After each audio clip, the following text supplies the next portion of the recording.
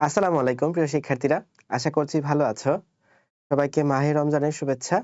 আমি যখন ভিডিওটা পাবলিশ করছি তার একদিন পর থেকেই পবিত্র রমজান মাসের শুরু। তো রমজান মাস কিন্তু আমাদের মধ্যে একটা বিরাট প্রভাব ফেলে।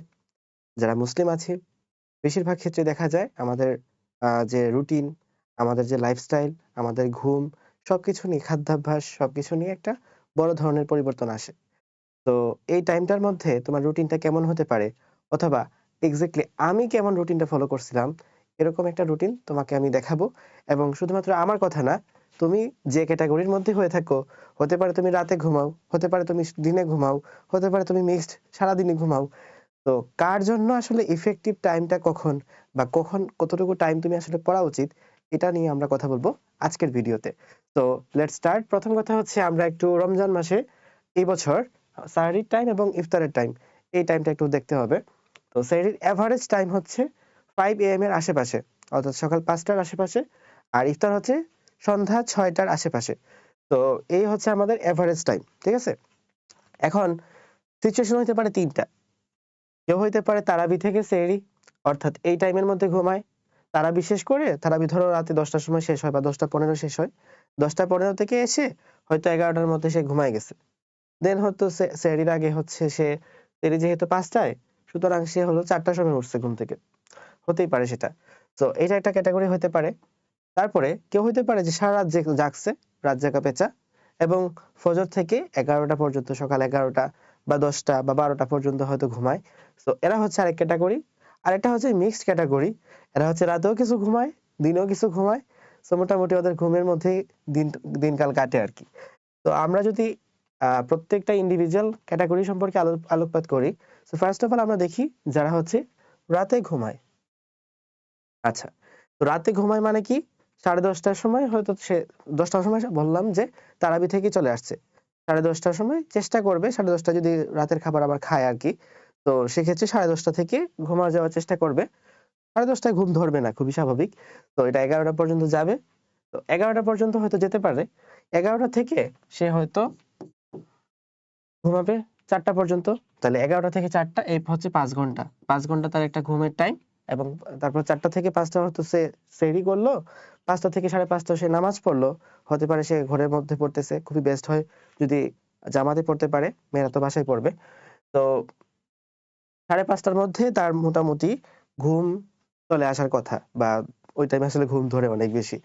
তো 5:30টার পরে এই যে বাকি টাইমটুকু আছে 5:30 থেকে 12:30, এই টাইমের মধ্যে তুমি খুব ভালো মতো একটা ভালো পড়াশোনা দিয়ে ফেলতে পারো। এই টাইমে কিন্তু বেশ ভালো একটা ইফেক্টিভ টাইম। বাট এটা আসলে সত্য যে এত লম্বা একটা টাইম পড়া খুবই ডিফিকাল্ট। ৫টা থেকে 12:30, মানে 5:30 থেকে 12:30, দ্যাট মিনস 7 আওয়ার। 7 আওয়ার যদি পড়তে পারো তুমি আসলে অনেক উপরে চলে যাবে। মানে অনেক উপরে। ৭.৫ ঘন্টা যদি কেউ একটানা পড়তে পারে, দ্যাটস হিউজ। বাট এত ঘন্টা আমি আসলে এক্সপেক্ট রাখতেছি না। আমি ধরে নিচ্ছি ৭ ঘন্টার মধ্যে তুমি পড়তেছো ৬ ঘন্টা। আর বাকি ১ ঘন্টা হচ্ছে কোনোভাবে রিডিউস হয়ে গেছে আরকি। হতে পারে সেটা ফোন দেখে, হতে পারে সেটা কোরআন তেলাওয়াত করে বা এনিথিং এলস। তো এটা হচ্ছে আমি এখানে ১ ঘন্টা বাদ দিয়ে দিলাম, ৬ ঘন্টা। তারপরে তুমি 12:30 থেকে ১টা বা ১:৩০ পর্যন্ত হচ্ছে গোসল করলা, এনিথিং এলস। একটু ফোন-টোন দেখতে পারো বা ধরো মানে এনিথিং আরকি, যাই হোক তোমার যেটা ইচ্ছা, তোমার শখের বিষয়।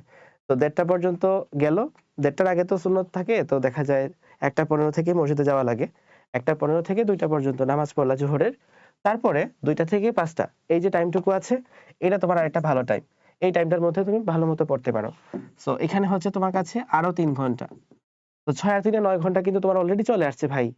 আর বাকি আছে এখানে ৫টা থেকে ৬টা পর্যন্ত হচ্ছে আমরা ইফতারের একটা প্রিপারেশন নেই। তারপরে ৬টার সময় ইফতার করলাম। ৬টা থেকে ৬:৩০ পর্যন্ত হয়তো ইফতার লাগছে। তারপরে হচ্ছে মাগরিবের নামাজ পড়তে হয়তো ৬:৪৫ এর আগে আমাদের সবকিছু প্যাকআপ হয়ে যায়।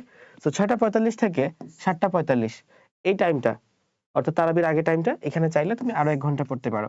তো এটা পড়া উচিত। বুঝছো? ৭:৪৫ কেন রাখলাম?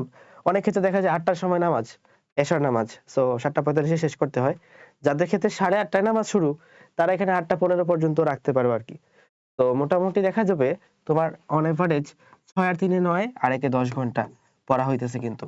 তো রমজান মাসে 10 ঘন্টা পড়লেও কিন্তু মোটামুটি ভালো একটা ইফেক্টিভ পড়া হয়, বিকজ তুমি এই যে এই টাইমটা পড়তেছো এই টাইমে কিন্তু সারা দুনিয়ার সব মানুষ ঘুমে। তো ওই টাইমে যেহেতু পড়তে পারতেছো, তুমি অনেক মানুষকে ওভারটেক করে সামনে আগে যেতে পারবা, এবং তোমার অনেক অনেক ভালো একটা গ্যাপ ফিল আপ করা সম্ভব এই টাইমে পড়ার মাধ্যমে। আচ্ছা, এখন এই টাইমে কি পড়বা সেটা নিয়ে আমরা কথাবার্তা বলতেছি। তার আগে নেক্সট যারা টাইপ 2 তে আছো তাদের সম্পর্কে আমরা কথা বলি। তো টাইপ 2 যারা, তারা হচ্ছে রাতে ঘুমায় না। তো ধরলাম তারাবি থেকে আসছে 10:30টার সময়, এসে হচ্ছে ধরো আধা ঘন্টা কিছু কারণে সময় নষ্ট করছে, তারপর 11টা থেকে পড়া স্টার্ট করছে এবং 11টা থেকে 4টা পর্যন্ত, ভোর 4টা পর্যন্ত আর কি পড়তেছে। এবং এই টাইমে কিন্তু অবশ্যই পড়তে হবে, মানে টাইম তো দিয়ে দিছি পড়ার জন্য, কারণ এই টাইমে যদি তুমি না পড়ো তাহলে তো হবে না। তো এই হচ্ছে তোমার এখানে 5 ঘন্টা, 5 ঘন্টা হয়ে গেছে। আচ্ছা, 4টা থেকে 5টা হয়তো সে সাহরি করলো, সাহরি করার পরে 5টা থেকে 5:30 নামাজ, তারপরে 5টা থেকে 5:30 নামাজ শেষ করার পরে এসে তো ঘুমাইতে হবে। 5:30 থেকে মোটামুটি বলা যায় যে হয়তো তুমি এখানে 11টা পর্যন্ত ঘুমাবা। 5:30 থেকে 11টা মোটামুটি কিন্তু কম ঘুম না, 5.5 ঘন্টা ঘুম। তো চাইলে তুমি 11:30 পর্যন্ত ঘুমাইতে পারো। তো এখানে আমি ধরে নিলাম যে 2 ঘন্টা আছে, কাইন্ড অফ তুমি 1 ঘন্টা হয়তো পড়ছো, এর বেশি আসলে পড়া একটু ডিফিকাল্ট। তো এই হচ্ছে তুমি 2 ঘন্টার মধ্যে হয়তো 1 ঘন্টা পড়ছো, আর কোনো কারণে হয়তো কোনো দিন ঘুমের জন্য মিস হইতে পারে, আদার্স ফোন দেখছো বা ইত্যাদি ইত্যাদি কারণে তোমার হয়তো মিস হইছে। তারপরে 2টা থেকে 5টা পর্যন্ত এই টাইমের মধ্যে তুমি কি করবা? ইয়েস, এই টাইমের মধ্যে তোমার পড়তে হবে, কারণ 1টা থেকে 2টা এ তো নামাজের জন্য গেল, গোসলের জন্য গেল। 2টা থেকে 5টা এই টাইমে তোমার ভালো মতো পড়তে হবে। তো এখানে হচ্ছে তোমার আরো 3 ঘন্টা, 6:45 থেকে 7:45 আগের মতো। তো এখানে তোমার কাছে আরো 1 ঘন্টা, তাহলে 5 আর 3 এ 8, একে 9 10, অর্থাৎ 10 আওয়ার কিন্তু তোমার একটা স্টাডি টাইম থাকতেছে। তো আমি তোমাকে জাস্ট দেখাই দিচ্ছি যে তুমি হচ্ছে একটা ভালো টাইম পাচ্ছ, তুমি যেটাই ফলো করো। হতে পারে তুমি রাতে জাগো, হতে পারে তুমি দিনে জাগো, দুইটাই ক্ষেত্রেই তুমি এখানে 10 ঘন্টা টাইম পাবা। ওকে, এবার ধরো যারা মিক্সড, এ হচ্ছে দিনেও ঘুমায় রাতেও ঘুমায়। তো এর ক্ষেত্রে কি হইতে পারে? এ হচ্ছে কাইন্ড অফ এমন একটা মানুষ, তারাবির নামাজ পড়লো, 10:30টার সময় বাসায় আসলো, আসার পরে হয়তো আধা ঘন্টা একটু টাইম কোনো কারণে রেস্ট নিবে বা ফোন দেখবে, একটু দেশের আপডেট নিবে।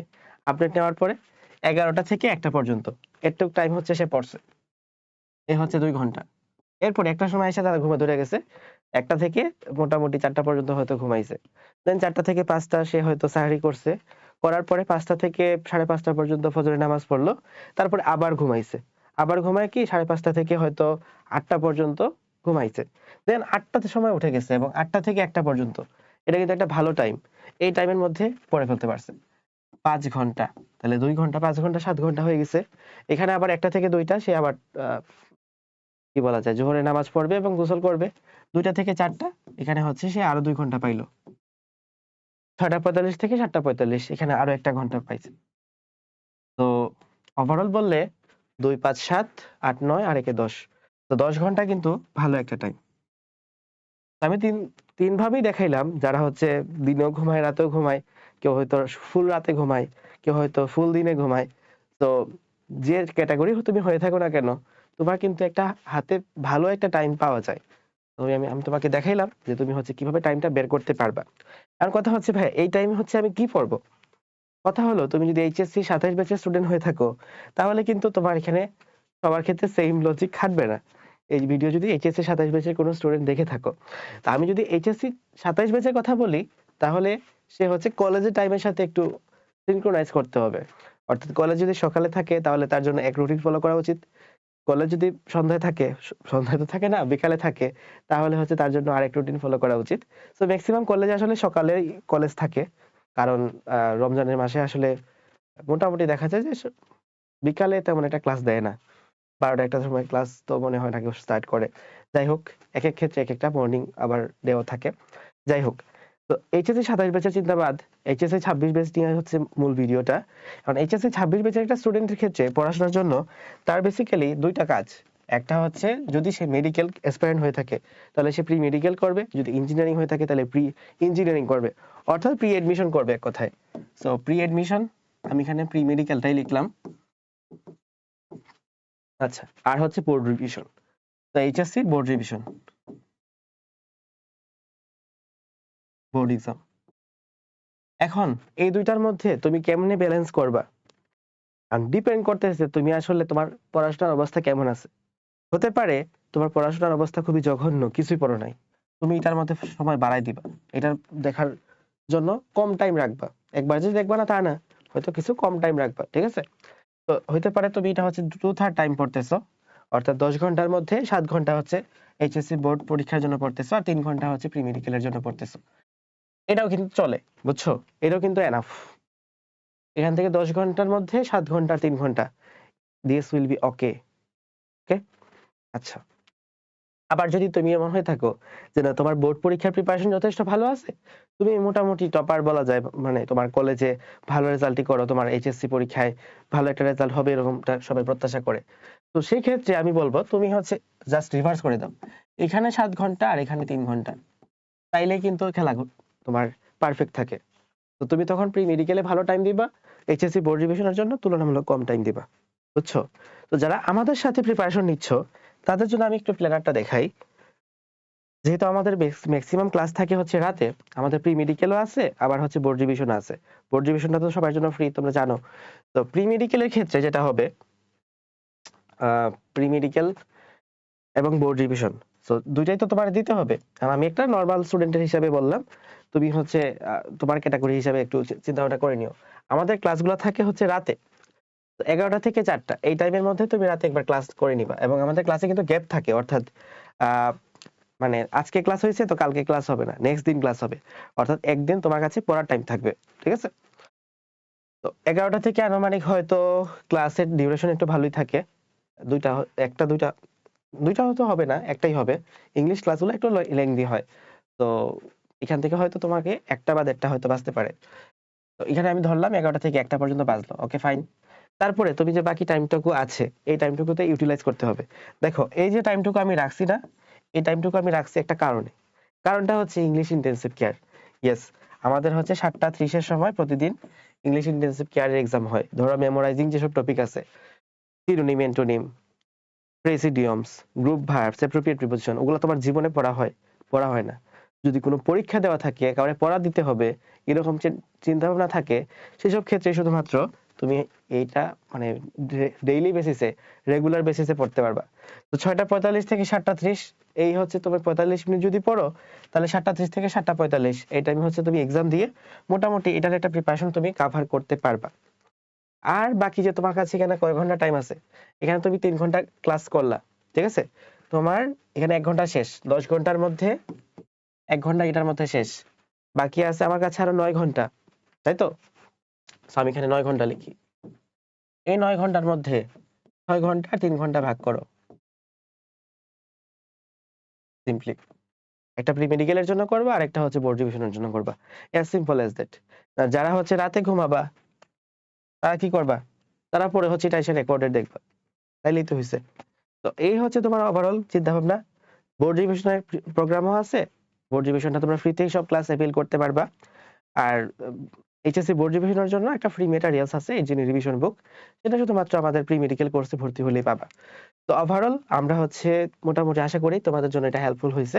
রমজানে আমরা কিভাবে একটা রুটিন ভালো মতো মেনটেন করতে পারি, তার একটা ওভারঅল আইডিয়া। আশা করছি সবার ভালো একটা রমাদান মাস কাটবে। আমার জন্য দোয়া করবা, নিজেদের জন্য অবশ্যই দোয়া করবা, কারণ এই রমাদানটাই, এই রমাদানে যে দোয়া করবা, পরের রমাদানে যেন তুমি এর চেয়ে অনেক অনেক ভালো একটা অবস্থানে থাকো, এই দোয়াটা সবসময় করবা। ওকে, আল্লাহ হাফেজ, আসসালামু আলাইকুম।